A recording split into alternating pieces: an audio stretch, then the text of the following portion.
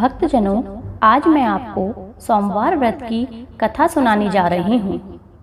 एक बहुत ही धनवान साहूकार था, जिसके घर में धन आदि किसी प्रकार की कमी नहीं थी, परंतु उसको एक दुख था कि उसके कोई पुत्र नहीं था।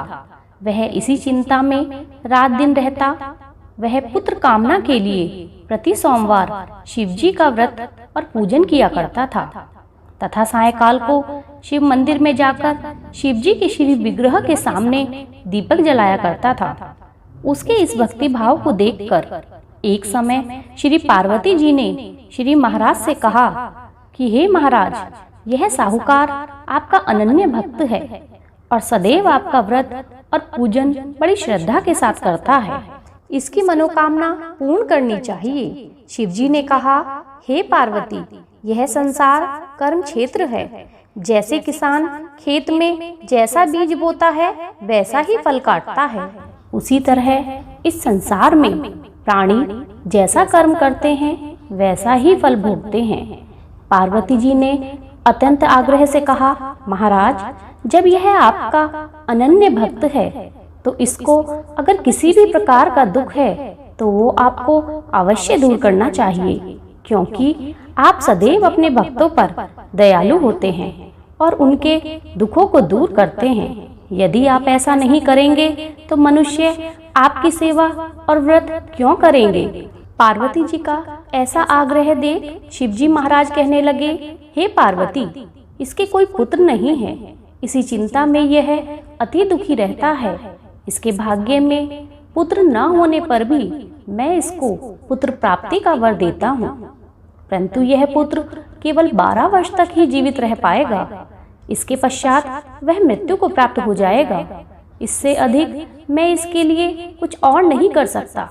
यह सब बातें साहूकार सुन रहा था। इससे उसको न तो कुछ प्रसन्नता हुई और न ही कुछ दुख हुआ। वह पहले जैसे ही शिवजी महाराज का व्रत और पूजन करता रहा।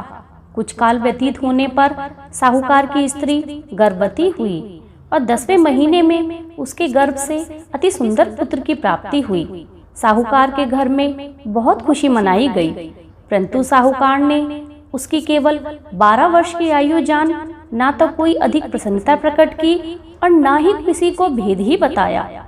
जब वह बालक 11 वर्ष का हो गया तो उस बालक की माता ने उसके पिता से उसके विवाह की बात की, तो वह साहूकार कहने लगा कि अभी मैं इसका विवाह नहीं करूंगा, अपने पुत्र को काशी पढ़ने के लिए भेजूंगा। फिर साहूकार ने अपने साले अर्थात बालक के मामा को बुलाकर कहा कि आप इसे काशी लेकर जाइए, जहां ये अपनी आगे की शिक्षा ग्रहण करेगा, और रास्ते में जिस स्थान पर भी जाओ यज्ञ करते और ब्राह्मणों को भोजन कराते हुए जाओ। वह दोनों मामा भांजे यज्ञ करते और भोजन कराते हुए जाने लगे। रास्ते में उसको एक शहर पड़ा। उस शहर में राजा की कन्या का विवाह हो रहा था। दूसरे राजा का लड़का जो विवाह कराने के लिए बारात लेके आया था, वह एक आंख से काना था। उसके पिता को इस बात की बड़ी चिंता थी कि कहीं वर को देखकर कन्या के माता पिता किसी प्रकार की अड़चन पैदा ना कर दें। इस कारण जब उसने अति सुंदर सेठ के लड़के को देखा तो उसके मन में विचार आया कि क्यों न दरवाजे के समय इस लड़के से वर का काम चला लिया जाए। ऐसा विचार कर वर के पिता ने उस लड़के और मामा से बात की तो वो राजी हो गए। फिर उस लड़के को वर के कपड़े पहना, घोड़ी पर चढ़ा दरवाजे पर ले गए और सब कार्य प्रसन्नता से पूर्ण हो गया। फिर वर के पिता ने सोचा कि यदि विवाह कार्य भी इसी लड़के से करा दिया जाए तो क्या बुराई है। ऐसा विचार कर लड़के और मामा से बात की, यदि आप फेरों का और कन्यादान का काम भी करा दें तो आपकी अति कृपा होगी। मैं इसके बदले आपको बहुत सा धन दूंगा।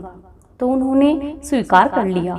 विवाह कार्य भी बहुत अच्छी तरह से संपन्न हो गया, परंतु जिस समय लड़का जाने लगा उसने राजकुमारी की चुनरी के पल्ले पर लिख दिया कि तेरा विवाह तो मेरे साथ हुआ है, परंतु जिस राजकुमार के साथ तुमको भेजेंगे वह एक आंख से काना है।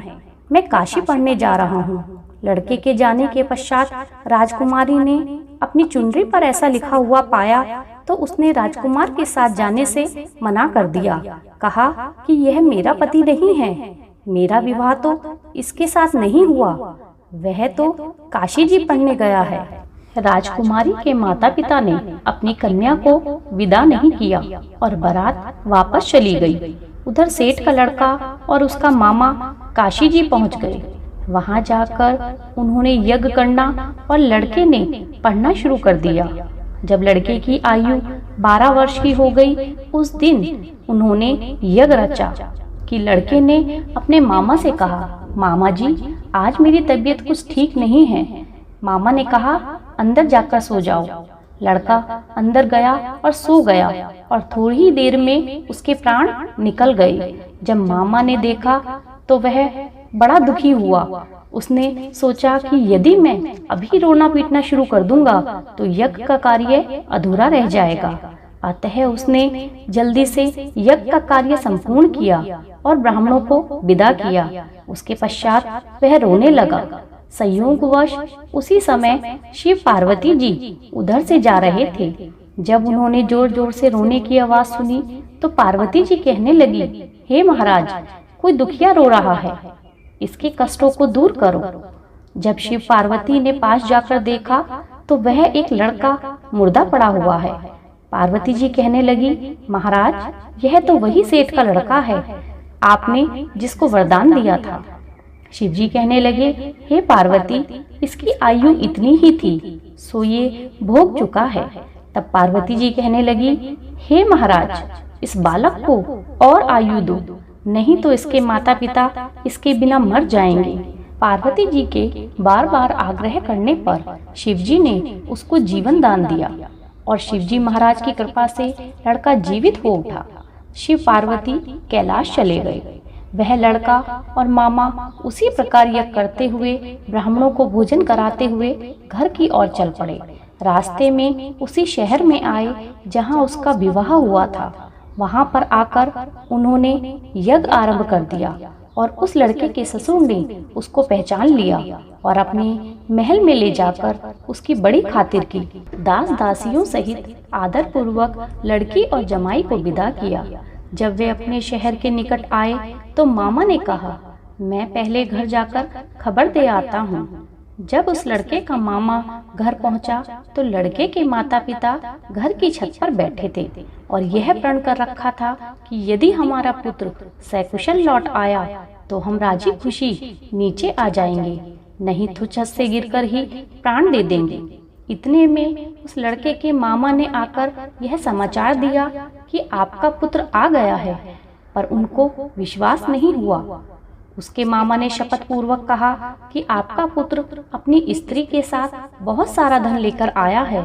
तो सेठ ने आनंद के साथ उसका स्वागत किया और बड़ी प्रसन्नता के साथ रहने लगे। बोलो शिव पार्वती मैया की जय।